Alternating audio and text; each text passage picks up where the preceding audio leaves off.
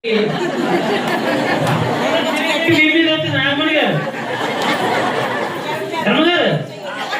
ఎంత తెలివితేటగా మేము తోసాడు.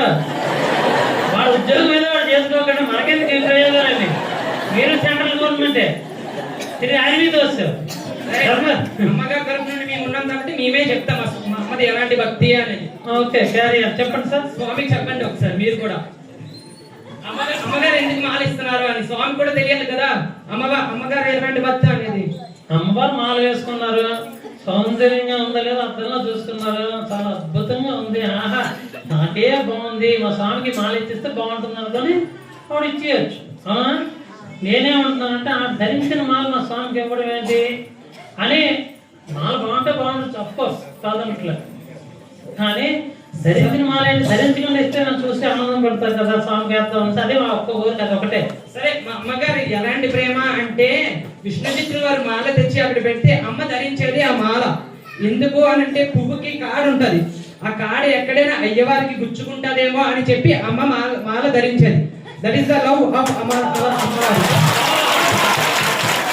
She is the comfort of the mala when Swami takes the.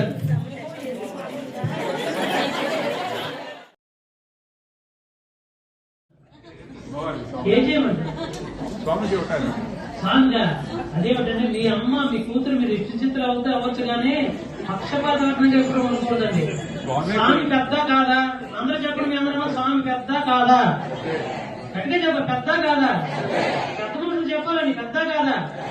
చిన్నవాళ్ళు వేసుకున్న వాళ్ళు పెద్దవాళ్ళు వేయచ్చా? వెయ్యొచ్చా? ఎలాగండి ప్రమాణం వెయ్యొచ్చు అంటే శాస్త్ర ప్రమాణం అనేది ఉండాలి కదా. ఏమండి రాజుగారు ధర్మం చెప్పాలి కదా.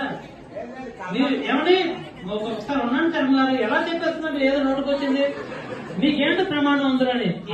అలా కాదండి ధర్మం చెప్పడాక ఆ పురోహితులతో బాధ్యత అన్నారు. సీనియర్ ఏమి దీనిగా మీరు ఎప్పుడు దీనిగా ఉన్నారు కరెక్ట్ గా.